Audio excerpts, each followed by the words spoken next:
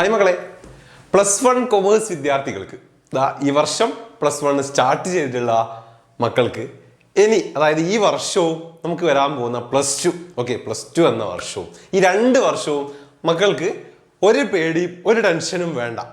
അതെന്തുകൊണ്ട് എന്നുള്ളതാണ് നമ്മൾ പറയാൻ പോകുന്നത്. അതായത് കഴിഞ്ഞ ദിവസം ആരും വീഡിയോ സ്കിപ്പ് ചെയ്യാതിരിക്കുക, പറയുന്ന കാര്യങ്ങൾ എല്ലാം വ്യക്തമായിട്ട് മനസ്സിലാക്കുക. റെഡി? യെസ്, മക്കൾക്ക് സന്തോഷിക്കാം. അങ്ങനത്തെ ഒരു കാര്യമാണ് നമുക്ക് പറയാൻ പോകുന്നത്.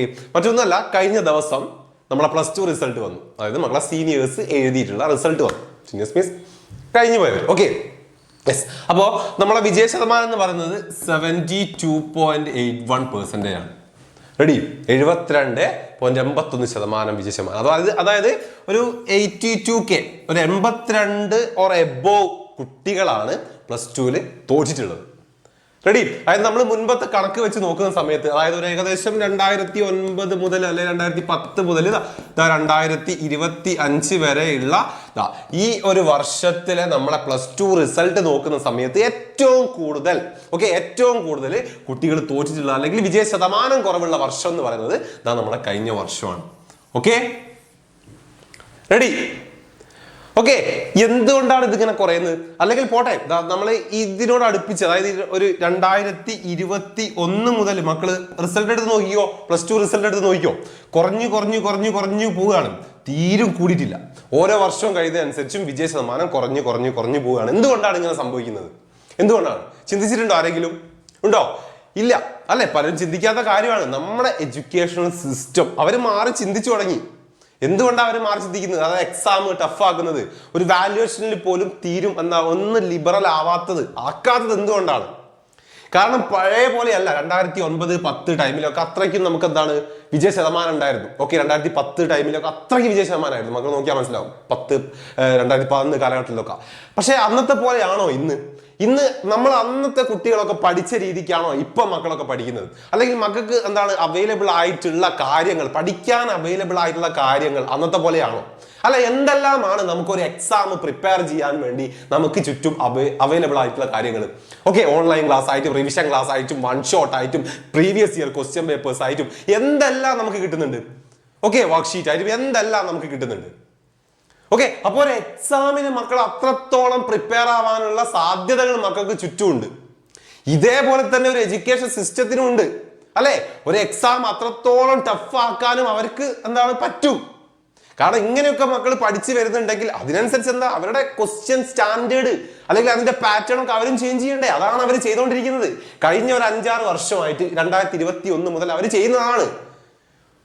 പക്ഷെ അവിടെ അവര് വിജയിക്കുന്നു, നമ്മൾ തോൽക്കുന്നു. കാരണം നമുക്ക് ഇത്രത്തോളം ഓപ്ഷൻസ് ഒക്കെ നമ്മളെ ചുറ്റും അവൈലബിൾ ആയിട്ടും പലരും ഇതൊന്നും യൂസ് ചെയ്യുന്നില്ല. ജസ്റ്റ് പണ്ട് മുതലേ എങ്ങനെ പഠിച്ചു വന്നു, ജസ്റ്റ് ഒരു ടെക്സ്റ്റും നോട്ടും വെച്ച് പഠിക്കുന്നു വെറുതെ. അല്ലാത്ത സമയം വെറുതെ ഇങ്ങനെ നടക്കുന്നു. എക്സാമിനോട് ഒരു മാസം മുന്നേ, ഒരാഴ്ച മുന്നേ ഒക്കെ പഠിച്ചിട്ട് ഇത്തരത്തിൽ അവര് പ്രിപ്പയർ ചെയ്തിട്ടുള്ള ക്വസ്റ്റ്യൻ പേപ്പേഴ്സിനെയൊക്കെ നമ്മൾ പോയിട്ട് ട്രീറ്റ് ചെയ്യുന്നു. പിന്നെ മാർക്ക് കുറയാതിരിക്കുവോ അല്ലെങ്കിൽ വിജയ ശതമാനം കുറയാതിരിക്കുവോ? കുറയും. വരുന്ന വർഷങ്ങളിലെല്ലാം കുറയും. ഈ വർഷവും കുറയും. അപ്പൊ എന്താണ് മക്കൾക്ക് സന്തോഷിക്കേണ്ട കാര്യം? ഇതറിഞ്ഞു, ഇത് മക്കൾക്ക് മനസ്സിലായി. അതാണ് മക്കൾ സന്തോഷിക്കേണ്ട കാര്യം. ഇനി വരുന്ന വർഷങ്ങളിൽ ഇങ്ങനെ ആയിരിക്കും. മക്കൾ എഴുതാൻ പോകുന്ന +1 എക്സാമും +2 എക്സാമും ഇങ്ങനെ ആയിരിക്കും. അത് മക്കൾക്ക് മനസ്സിലായി. സോ അതുകൊണ്ട് തന്നെ ഇത്തരത്തിലുള്ള ക്വസ്റ്റ്യൻ പേപ്പേഴ്സ് നമ്മളെ കൊടുക്കാൻ വേണ്ടി മാത്രം തരുന്ന ക്വസ്റ്റ്യൻ പേപ്പേഴ്സിനെ ഫേസ് ചെയ്യത്തക്ക രീതിയിൽ മക്കൾ പഠിക്കണം. നമുക്ക് ചുറ്റും അവൈലബിൾ ആയിട്ടുള്ള അത്രത്തോളം മെറ്റീരിയൽ എങ്ങനെ യൂസ് ചെയ്യണം, എങ്ങനെ നമ്മൾ ഓരോ എക്സാമിന് വേണ്ടി പ്രിപ്പയർ ചെയ്യണം എന്നുള്ളത് മക്കൾ മാറി ചിന്തിക്കണം, പഠിക്കണം. അതാണ് അതാണ് കാര്യം. റെഡി? നമുക്കിപ്പോ +1 +1 ഉണ്ട്, +1 +2 കൂടെ കൂട്ടിയിട്ടാണ് ഈ റിസൾട്ട് എന്ന് പറയുന്നത്. റെഡി? ഈ ഒരു റിസൾട്ട്, ഈ വിജയ ശതമാനം എന്ന് പറയുന്നത് ജസ്റ്റ് +2 മാത്രം എഴുതി തോറ്റവരല്ല. +1ലും മാർക്കില്ല, +2ലും മാർക്ക് ഇല്ലാത്തവരാണ്. +1ലും ഈ വർഷം ഇത് തന്നെ റിപ്പീറ്റ് ചെയ്യും.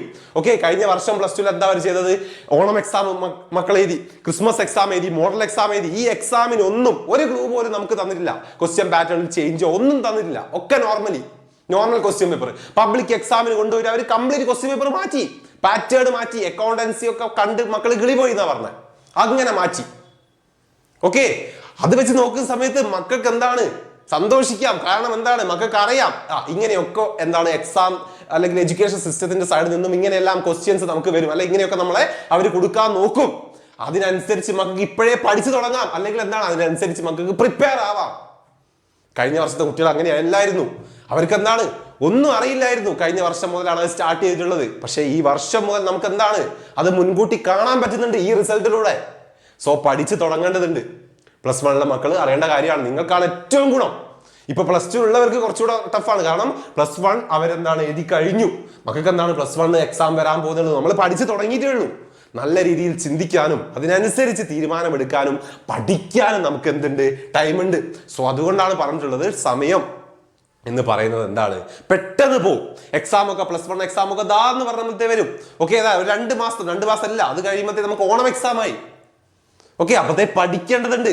കൊമേഴ്സുകാരെ സംബന്ധിച്ച് എന്താണ്, നമുക്ക് ഒരുപാട് കാര്യങ്ങൾ സീറോയിൽ നിന്ന് സ്റ്റാർട്ട് ചെയ്യണം. നമ്മളൊരു 1ാം ക്ലാസ് ആണ് അല്ലെ, നമുക്ക് അറിയാത്ത കുറെ സബ്ജക്റ്റുകളും കാര്യങ്ങളാണ്. അങ്ങനെ നമ്മൾ പഠിച്ചു വരേണ്ടതുണ്ട്. സോ അതുകൊണ്ടാണ് പറഞ്ഞിട്ടുള്ളത് എന്ത് ചെയ്യുക, അധികം വൈകാതെ തന്നെ ബാച്ചിൽ ജോയിൻ ചെയ്യുക. നമുക്ക് പഠിക്കണം.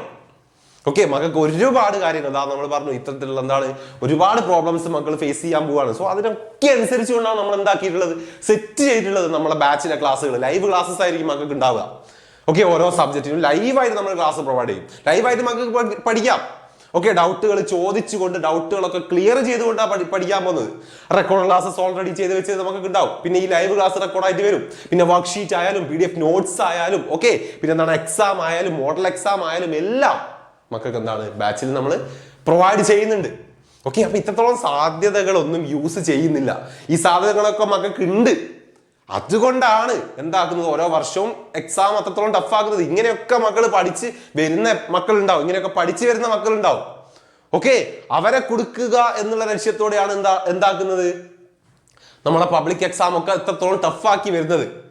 ഓക്കെ, പക്ഷെ അങ്ങനെയുള്ള മക്കൾ എന്താണ് ഇത്തരത്തിൽ എന്താണ് ഇങ്ങനൊരു റൂട്ടിൽ യാത്ര ചെയ്യുന്നവരാണെങ്കിൽ അതിലൊന്നും എന്താണ് അവർക്കൊരു ബുദ്ധിമുട്ടായി തോന്നില്ല. പക്ഷെ എന്താണ് ഇതിലൊന്നും ചെയ്യാതെ ജസ്റ്റ് ഒരു നോട്ടും ടെക്സ്റ്റും വെച്ചുകൊണ്ട് ബാക്കിയുള്ള സമയമൊക്കെ കളിച്ച് നടന്ന് എക്സാമിൻ്റെ അടുത്ത് ഒരാഴ്ച മുന്നേ 1 മാസം മുന്നേ ഒക്കെ വലിയ കാര്യത്തിൽ പഠിക്കാനിരുന്ന് ഇരിക്കുന്നവർക്ക് ഏതാണ് ഇത്തരത്തിലുള്ള ക്വസ്റ്റ്യനൊക്കെ കാണുന്ന സമയത്ത് കിളി പോകും. സ്വാഭാവികമാണ്, മാർക്ക് കുറയും അല്ലെ. എന്നിട്ട് എന്താണ് അവരെന്ത് പറയും, അയ്യോ എന്താ പാറ്റേൺ അങ്ങോട്ട് മാറ്റി, എഡ്യൂക്കേഷൻ സിസ്റ്റം അങ്ങനെയാക്കി ഇങ്ങനെയാക്കി എന്ന് പറഞ്ഞിട്ട് അവരെ പഴി പറഞ്ഞ് നടക്കും.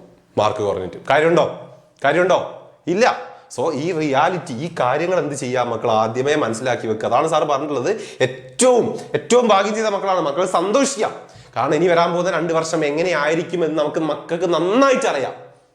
ഓക്കെ, മക്കൾ സ്റ്റാർട്ട് ചെയ്യുമ്പോൾ തന്നെ പ്ലസ് 2 റിസൾട്ട് വന്നു. ആ റിസൾട്ട് കണ്ടുകൊണ്ട് ഞാൻ ഈ സാറി പറഞ്ഞ കാര്യങ്ങൾ മക്കൾക്ക് മനസ്സിലാക്കാം.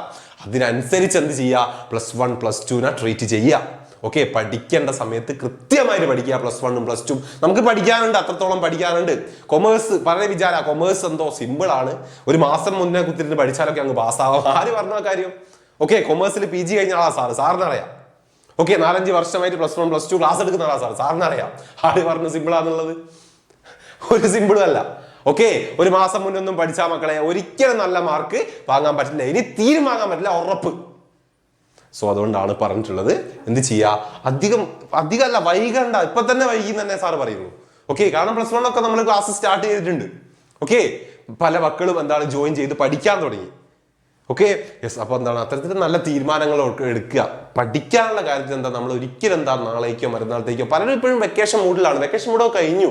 10 കഴിഞ്ഞു കഴിഞ്ഞാൽ ഇനിയുള്ള അങ്ങോട്ടുള്ള നമ്മളെ പഠിപ്പ് എന്ന് പറയുന്നത് എന്തായിരിക്കും, ഒരു കരിയർ റിലേറ്റഡ് ആയിരിക്കും. ഓക്കെ, അത് നമ്മൾ സെറ്റ് ചെയ്യാൻ വേണ്ടി എന്തെല്ലാം നമുക്ക് ചെയ്യാൻ പറ്റും, നല്ല മാർക്ക് നമ്മൾ വാങ്ങണം, അതിനനുസരിച്ച് ഒരു ബാച്ചിൽ ജോയിൻ ചെയ്ത് പഠിക്കുക. അതിൻ്റെയൊക്കെ ഇമ്പോർട്ടൻസ് മക്കൾ വേണ്ട രീതിയിൽ മനസ്സിലാക്കുക.